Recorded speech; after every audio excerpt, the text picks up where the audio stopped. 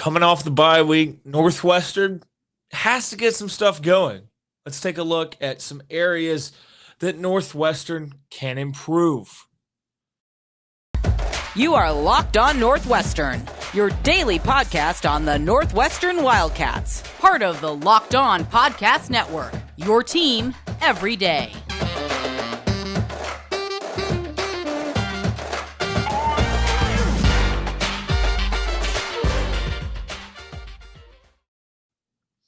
Welcome in. This is Locked On Northwestern, part of the Locked On Podcast Network, your team every day. And thank you for making Locked On Northwestern your first listen every day for anything and everything Northwestern. We're available wherever you get podcasts, Apple Podcasts, Spotify, wherever you can find us. We're also on YouTube. Just search Locked On Northwestern. Wherever you listen, make sure you subscribe, turn on notifications, leave a comment, leave a review. We would love to get your feedback and continue to improve the show. I'm your host, Carter Bird, and just thank you for making us a part of your daily routine. All right, so as we know, Northwestern's at the halfway point of their season, but coming off a bye week. Off week, rather, depending on what phrase you use. They need to improve some things. And I think you have to start at the quarterback position because it's the driving force of really any college football team, any football team in general. And really, it starts with one main question, which is, what do you do at quarterback? You've got Ryan Helinski. You've got Brendan Sullivan there as well, who played in the last game when Ryan Helinski went down. But it's going to be interesting to see how things progress this week as Northwestern goes on the road to Maryland. The offense needs help. They very much need help. The offense has settled into 123rd in the country in scoring at 17.7 points per game. It's just not good enough. You need to be better, especially at high level football, like in the Big Ten. You need to be able to put some points on the board. You need to be efficient in the red zone, which right now Northwestern is not that. You're scoring just 9.3 points per game in your last 3 ball games. You have to protect the football. And those are the 3 biggest keys the 3 areas that I think that this Northwestern quarterback decision can help out. We all know that Ryan Helinski started the season against Nebraska. He was red hot. He was awesome. He was 27 of 38, 71.1% completion percentage, 314 yards, 2 touchdowns, 0 interceptions. Had 3 rushing yards also on 2 carries.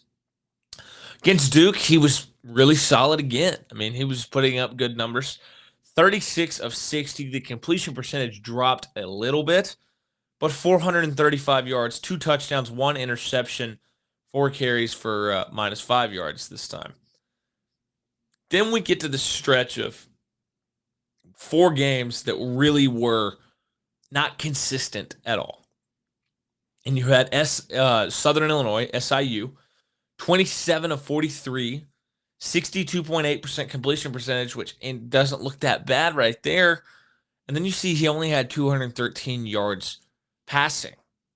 And I go back to that game. That game really, to me, felt like a turning point in this season because I thought the offense had done its job, was moving the football, maybe could be a little more efficient to that point in the year, maybe could start a little quicker scoring and be more efficient scoring in the red zone. But they're putting up yards. They were putting forth positive play. And then this game, Ryan Helinski got rattled, and it was confusing.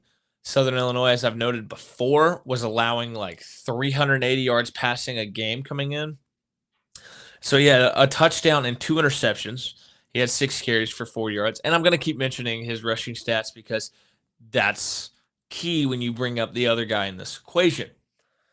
Then the following week, 26 of 44, 59.1% completion percentage, 257 yards, 0 touchdowns, 0 interceptions, 1 carry, 1 yard, 1 touchdown.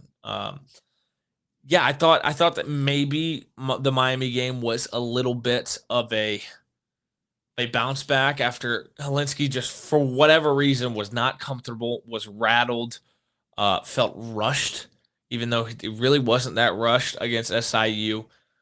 Then you go to Penn State, driving rainstorm. You're not going to throw the ball well there, especially, and it sent a very uninspiring message about the confidence level in Ryan Helinski when the first 8 plays run by Northwestern's offense were all run plays. There was no thought, and it's not like they were picking up first downs. It was 3 straight 3-and-outs, if I do recall. He's 15 of 37 at Penn State in the rain for a 40.1% completion percentage, 210 yards, 1 touchdown, 1 interception, 6 carries, minus 10 yards. So just 200 yards of offense on his 43 dropbacks and runs. Not very efficient. Completion percentage really, really bad. Not really pushing the ball down the field. Did kind of a little bit late and had a little bit of success. Just was not a good performance. But you can kind of try to. I know I did. I kind of excused that for the fact that it was in the rain, and it was really heavy rain too, and both quarterbacks struggled in that game. But then it's followed up this last week against Wisconsin, a Wisconsin team that had been floundering, had fired their coach, had an interim set up, and it was 10 of 22, 45.4% completion percentage, 147 yards, 0 touchdowns, 2 interceptions. Really just was not all that impressive. The interceptions were really bad. I thought there were some throws that he was close on that would have made his day look a lot better, would have gotten him a touchdown. But the interceptions were really bad. He had a single carry for 3 yards as well. And, it was shocking that it was that bad. And obviously he takes the hit on the second interception, goes into concussion protocol.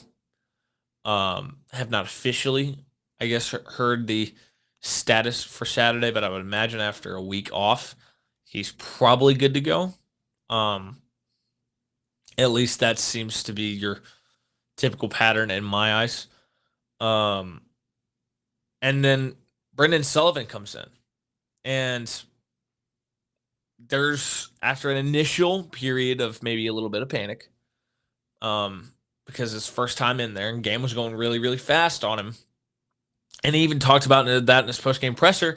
He talked about how they designed a play to get him hit because he hasn't been hit in 2 years, and he needed to get into the flow of the game.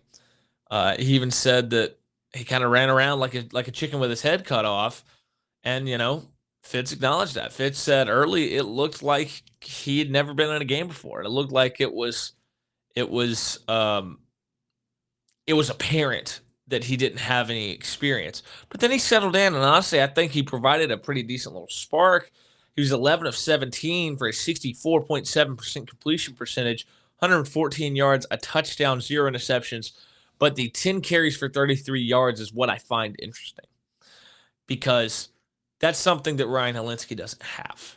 He doesn't have the legs. He doesn't have the ability to run the football. That creates a different dynamic for defenses to have to account for.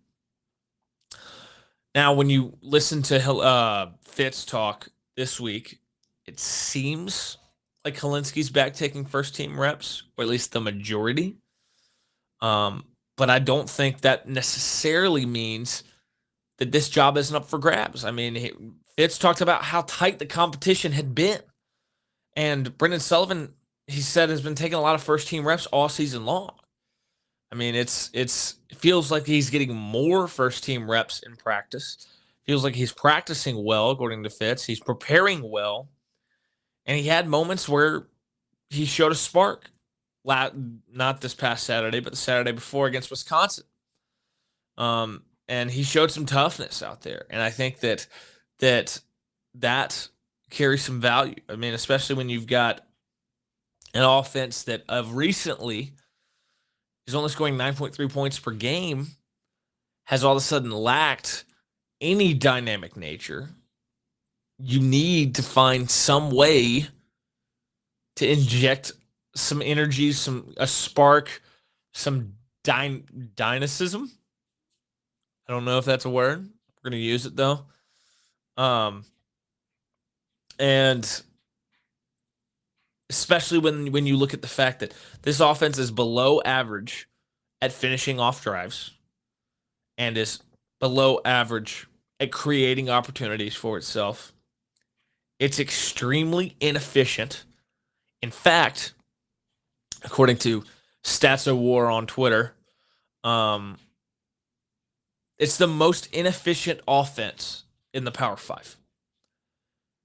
Something's got to change. And right now, I mean, Helinski's got his 6 picks on the year to 6 touchdowns, 5 picks in the last 4 games. To me, I think Sullivan could be your answer there. He could unlock a different level in the run game. He creates an added stress on defenses because now they have to account for the pass and the run, but not only the run, but the QB run. Because when the QB runs, it's not 11 on 10 anymore. It's a true 11 on 11. You have to account for everybody. And that makes it harder. Can he open up things for the run game? Can he open up things for Evan Hull and Cam Porter? Do you see a reemergence of the read option in an offense like this? Do you see that come into play? I think it's worth looking into. And can this aspect that he brings with his legs and potentially the read option, can that lead to play action plays that help? Or maybe RPOs? Can it help the wide receivers get separation because the defense is having to focus that much more on the run? You've got all these tight ends that have played well. Now you can put them all on the field and you can use them and you can present the fact a formation or a look that makes it look like you're going to run the football. And then you can throw off that. Or you can just get big and run if you want. I think that, to me, with the way things are trending, I think you kind of have to entertain the idea of handing over the reins to Brendan Sullivan. I don't think you're gonna. You've seen through 6 games what Ryan Helinski's offense looks like, and I think Brendan Sullivan deserves the opportunity to see if he can rattle off some upsets here in the back half of the year. So that's me what I'm looking for. Is can Northwestern get better quarterback play? And not only that, does Brendan Sullivan take over the starting job? That's going to be something to keep an eye on this week. In a second, we're going to look at the other side of the ball. What can the defense do to improve in this back half of the season? But first, let's talk about our friends at Upside. From cringing at the pump to getting eye-popping checks at your favorite restaurant, inflation is hitting us all where it hurts, and it really, really hurts. That's why I started using Upside. Upside's an incredible app for anyone who buys gas, groceries, or dines out. With every purchase, I'm earning cash back thanks to Upside. Look, it's something that I've been saving up to try to build a little bit of a home gym here at my new place, and Upside's been great to use as a tool to help get money back when I go buy things. To get started, download the free Upside app, use my promo code LOCKED, and get $5 or more cash back on your first purchase of $10 or more. Next, claim an offer for whatever you're buying on Upside. Check in at the business and pay as usual, using a credit or debit card and get paid. In comparison to credit card rewards or loyalty programs, you can earn 3 times more cash back with Upside. Upside users are earning more than $1 million every week. That's probably why they have a 4.8 rating on the App Store. Download the free Upside app and use promo code LOCK to get $5 or more cash back on your first purchase of $10 or more. That's $5 or more cash back on your first purchase of $10 or more using promo code LOCKED. Okay. Now that we've talked about at least one side of the ball, and where I think that Northwestern can inject some life and inject some energy and some dynamic nature to the offense by switching it up at quarterback, and maybe you get some better overall quarterback play with it as well, with Brendan Sullivan. Now we're going to look at the defense. And what is the one area that they can really improve in the back half of this season? And to me, it's limit the big plays. Limit the big plays. Because right now, this Northwestern defense has allowed 10 plays of 40-plus yards. It's not very good. 3 of those have been in the run game. 7 have been in the pass game. And they've allowed 23 plays of 20-plus yards as well. 7 in the last game against Wisconsin. 6 of those were in the pass game. 1 of those was in the run game, which is interesting because it is Wisconsin, huh? Jeremiah Lewis said, look, this defense needs to get back to the basics. And I agree with him. I think that that's a great strategy. I think you need to think about the fact that this defense has struggled so much recently. And we know that they have to win one-on-one battles. That was the big talking point after the Wisconsin game. Fitz said that he thought the defense was in a really good place to succeed, and they just lost one-on-one battles all game long in that one. And that's why it got so lopsided. That's why it got so crazy. Well, when you give up very, very big plays consistently, it affects your defensive numbers. That's why the defense is 95th in total defense, allowing 406 yards per game, allowing 5.9 yards per play. So every 2 plays is a first down right now. They're 103rd in third down defense, only allowing a conversion rate of 43%. They're 131st in fourth down defense. 100%. Only team in the country like that. Teams are 6 for 6 going against this Northwestern defense. And a great way that you limit these explosive plays, or at least you put a team behind the sticks where they can't convert those third downs, where they can't convert those fourth downs, where you can kind of see what the plays are coming and you can help limit those plays, get tackles for loss. And Northwestern's not doing that. They're 110th in the country in tackles for loss with 28 total. They're 106th in sacks with 9 total on the season. They're 106th in defensive pass efficiency. They're allowing 58.7% completion percentage, which they've played some bad quarterbacks that have helped that. And then you had the Penn State game where it was in the pouring rain, and that helped that as well. But you've allowed 1,380 passing yards. Not terrible, but it's the 13 pass touchdowns that hurts. That hurts. That's more than you need. You need to be giving up less than 2 passing touchdowns a game at this point in the season. You have to get pressure on the quarterback. You've got to generate negative plays. You've got to win one-on-one battles. You've got to play fundamentally sound football inside of your scheme. You've got to fit you. Let's be honest. The Northwestern defense, especially at the second level,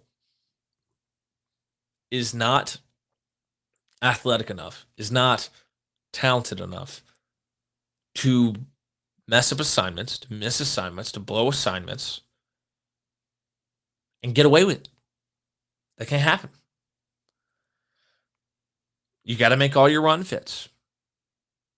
That would help with a defense that's 103rd in rush defense right now, allowing 176 rushing yards a game and 4.38 yards per rush. Not blowing coverages, not losing one-on-one battles would help with the fact that you're allowing 8 yards an attempt and 13.66 yards per completion. This defense can get better. We've seen flashes. It's too inconsistent, though. We've seen the Penn State game. We saw the second half against Nebraska.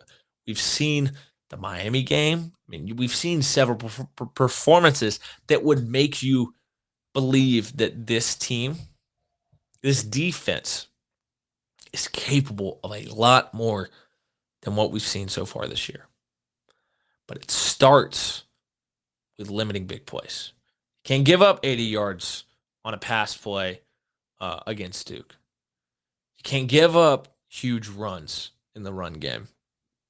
You've got to play. You got to win your matchup. You got to play inside the scheme. You got to be fundamentally sound. You got to tackle. And at times, it's been a struggle for this Northwestern team. All right, so in a second, we're going to look at the third, I guess, more situational type thing where Northwestern can get better. Like, what's another place that this team very much needs to improve? And we're going to look at that in just a second, but first, we're going to talk about our partners at Nissan. Nissan has worked with us to create a new segment across the Locked On College Network titled Thrilling Moments, where we highlight the most exciting plays from the weekend's games. This week's thrilling moment from the weekend that was, because Northwestern wasn't playing, we're going to pick a different one this time. Tennessee's field goal to beat Alabama.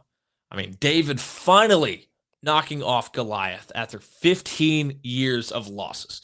It was the best finish to the best college football game of the year. There will not be a game that touches it. 52-49 Tennessee. I mean, anytime Alabama goes down, it feels like the whole country kind of celebrates a little bit. This segment has been inspired by the thrilling new designs featured across Nissan's new lineup of vehicles. Pursue what thrills you in the all-new Frontier, Armada, or Pathfinder today. Available now at nissanusa.com. Okay, here we go. What is another area? What is another place where this Northwestern team is lacking right now, where it can very much improve? And my mind immediately went to two areas. First, win the turnover battle. Fitz talks about it all the freaking time. Literally every time in a pregame press conference, in a weekly press conference or postgame press conference, it's a topic. It's a focus going into every week. When they win, when they beat Nebraska, they won the turnover battle. When they competed at Penn State, they won the turnover battle. When they got the doors blown off them by Wisconsin, they lost it.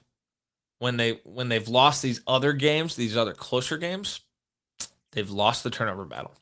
They're -6 in the turnover battle this year. They're tied for second to last in the FBS in turnovers with 16. You've got 6 interceptions. You've got 10 fumbles. That's not great, y'all. That's not good. And then on the flip side, you've only forced 10 turnovers, which by itself is fine. By itself, 10 turnovers is fine. There's plenty of teams out there that are struggling to force turnovers. The main one being Notre Dame. They've only forced 2 turnovers all year, which is crazy, by the way. But you have 5 interceptions forced, 5 fumbles recovered, which is solid. But when you're turning it over 16 times, you can't be -6 in the turnover battle and succeed on Saturdays. That's why Fitz talks about it so much. Northwestern has to clean up the turnovers on the offensive side of the ball. Too many fumbles in big spots too. Feels like all these turnovers happen right when Northwestern has some momentum, late in a close game, can get something going. I think about The interception and the fumble against Duke. Think about the fumbles by Malik Washington this year. I just think that it's frustrating to see this many fumbles. Then you look around at another area that popped in my mind. Red zone offense. Red zone offense has not been good, and you feel that especially last game where I believe there was a missed field goal, but I know that there were 2 interceptions. And when you look at the numbers, Northwestern is 125th in the country in red zone offense, converting just 70% of their red zone drives into points. That's not good. There's only 131 teams in college football on the FBS level. They have 20 red zone trips, 7 rushing touchdowns, 4 passing touchdowns, 3 field goals. 55% red zone touchdown percentage. That's not good enough. It's not good enough. Too many turnovers, too many missed field goals. Field goal kicking has got to get more consistent. It's been something that has plagued this team all year long. You're 3 for 6 on field goals this year. It's frustrating to watch this team when it does put together drives, because we know the offense is not efficient. It shoots itself in the foot in the red zone. And kind of like what I said with the defense, this Northwestern team is not athletic enough. It's not talented enough to shoot itself in the foot and get away with wins. It has to convert once it gets into the red zone. It's got to be better than 70%. I promise you that, especially in the back half of this year where the schedule gets salty fast. But those are some things that I think that stuck out to me that this bye week can help Northwestern make progress going forward. Quarterback play, maybe a shakeup at quarterback. Maybe that brings that dynamic nature back. Limiting big plays. There have been too many to this point. And finally, turnovers and red zone. Turnovers and red zone. They're killing Northwestern right now. And that's why you've seen this team end up where they've been. But thank you for listening to this episode. I'm your host, Carter Bird. You can follow me on Twitter and Instagram at CarterBird13. Thank you for making Locked On Northwestern your first listen every day. We're available wherever you get podcasts, Apple Podcasts, Spotify, wherever. We're also on YouTube. Just search Locked On Northwestern. You can find us wherever you listen. Make sure you subscribe, turn on notifications, and then leave some feedback. We would love that. Whether it's a comment or a review on Apple or Spotify or wherever, helps us. It helps us make the show better. And then we also have to talk about, as Big Ten fans, we need to know what our team is up against across the Big Ten with Locked On Big Ten. Every day, host Nate Dickinson and the local experts of Locked On take you across the Big Ten in 30 minutes. Make Locked On Big Ten your second listen. Locked On Big Ten. All right, well, that's going to do it for today's episode. I will see you next time.